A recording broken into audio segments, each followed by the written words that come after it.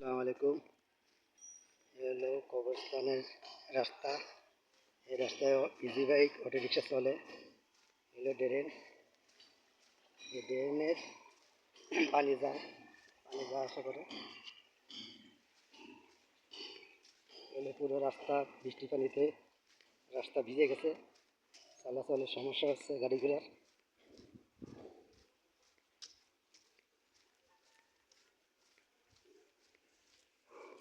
গাড়িগুলোর খুবই সমস্যা হচ্ছে চলাচলের। রাস্তা পুরো কাদা হয়ে গেছে। অনেক সমস্যা হচ্ছে চলাচলের।